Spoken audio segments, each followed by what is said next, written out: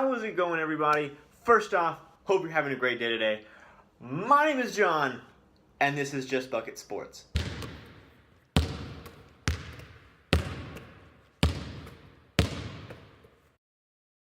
So today I'm going to be talking about all of the signings from July 3rd, yesterday, and also giving my opinions on the new ones and kind of what people going back to their original teams means for that team. And let's get into it. So first off, Avery Bradley goes back to the Los Angeles Clippers on a 2-year, $25 million deal. Now I'm going to talk about him again, but Shai Gilgeous-Alexander gets a great backcourt mate along with Lou Williams, along with Avery Bradley. He's got a lot of help now in the backcourt. Patrick Beverley, I believe Teodosic is actually not getting re-signed, but I might be wrong on that one. But he has so much to draw from. I talked about him a lot, but I'm so up on him. I'm so up on the fact that he has so many people to draw from when he goes and plays for the Clippers. And the fact that Avery Bradley's going back to him, and that's awesome for them. He's a great defender. They got him at a great price too. I don't think he's getting overpaid. I think that's about what he's worth, if not a little bit lower. And great for them. Great sign for them. Next, Michael Carter-Williams goes to the Houston Rockets on a 1-year minimum contract. Pause. Not a lot of people are going to like this one. And I love it, not just because I'm a Rockets fan, but think about this. I got some food for thought for y'all. Shaun Livingston on the Warriors. Michael Carter-Williams on the Rockets. Same thing. A little bit worse, but cut and paste and then paraphrase it. That's what Michael Carter-Williams is for the Houston Rockets. Michael Carter-Williams on the Rockets is like when you were to look up on Wikipedia a topic you have to write a paper on, right at the night before it's due, turn it in, and get a better grade than what you thought you're going to get. That's not that bad. It's alright. It's probably not alright. I'm optimistic though. That's what matters. Next, Tyreke Evans goes to the Indiana Pacers. I don't know how to feel about it. Mostly because they've got Darren Collison, they've got Oladipo, they drafted Aaron Holiday, they've also got Corey Joseph. So their backcourt, because I don't think you're going to put Tyreke Evans at small forward again. We saw that in New Orleans, that didn't work. So you have to put him in the backcourt. So I wonder who's out of that. I mean, Aaron Holiday is obviously the easier one to push out, but I think you still want to give him minutes as a rookie, and he's great for them, right? At least no one else gets him, and they get him, and he can use him really well.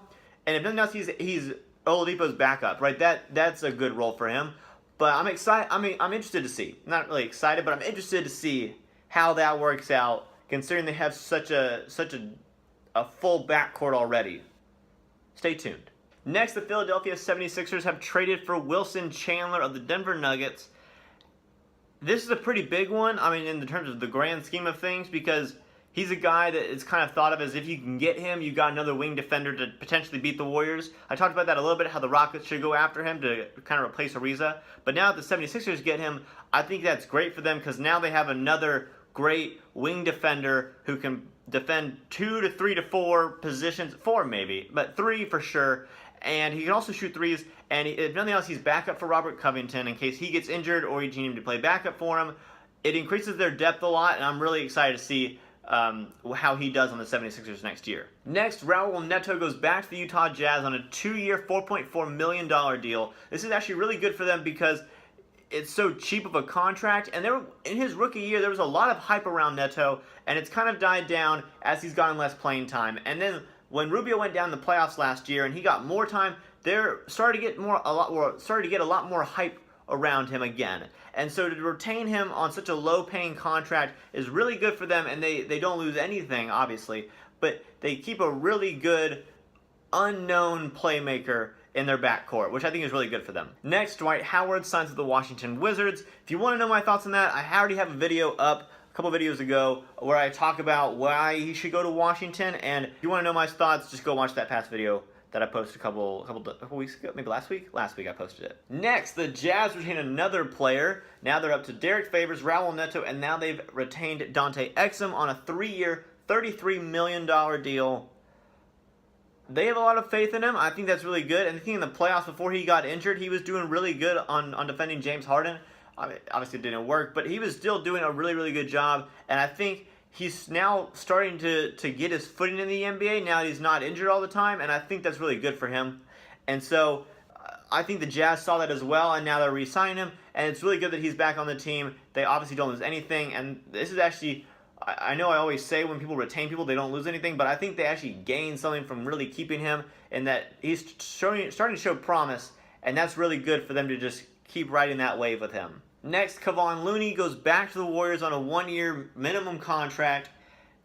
I really thought that someone was going to try and steal him away from them, considering that when I was watching the Rockets-Warriors series, he was so instrumental in their defensive plays when Iguodala went down, that I really thought some team was gonna try and detool the Warriors by taking him away and paying him a lot of money. But the fact that the Warriors are able to retain him on such a low-paying contract, great for them, great for him. He's in such a great situation right now with Golden State that, I mean, why would you pass that up, first of all, unless you were getting paid a lot of money? But if the offers weren't out there for him, it's such a great place for him to be, and great signing for the Warriors to retain him. Next, Raymond Felton goes back to the Oklahoma City Thunder. It's on a 1-year deal, but they retain him. You've probably heard it by now, but now the Oklahoma City Thunder are the first team in NBA history to spend over $300 million. The fact that they're able to bring back another backup point guard for Russ is good. I don't think Felton's that good, but he's good for them. You know, it's just a 1-year contract, nothing special. He didn't do amazing last year, but he's a journeyman veteran point guard at this point, and he does his job. Anthony Tolliver signs a 1-year, $5 to $6 million deal. I wasn't able to find the number on this one, but I remember I saw all the reports said it was between a $5 to $6 million deal. I think this one has a lot of layers to it. One, they get shooting, right? Bjelica is a restricted free agent or unrestricted free agent this year, and so you don't know if he's coming back. But to get Tolliver, he's shooting, which is what Bjelica was going to give you anyway, and he also is a veteran, which, considering all the news of Jimmy Butler being disgruntled with young talent and their attitude, bringing in a veteran old guy maybe is a move to appease him a little bit, and that give him a veteran who's going to take his job seriously. I feel like nothing else, Anthony Tolliver has proved that he's a professional in the NBA, and he's a professional shooter too. So he not only spaces the floor probably better than what they had before backing up Taj Gibson, but now they also get a veteran to hopefully appease Jimmy Butler's disgruntledness this week. Now, I know I said I was going to do only signings for July 3rd, but before I made this video, Amir Johnson actually re-signed with the 76ers on a 1-year deal, and so I just want to put that in the video. Good thing for them to retain him.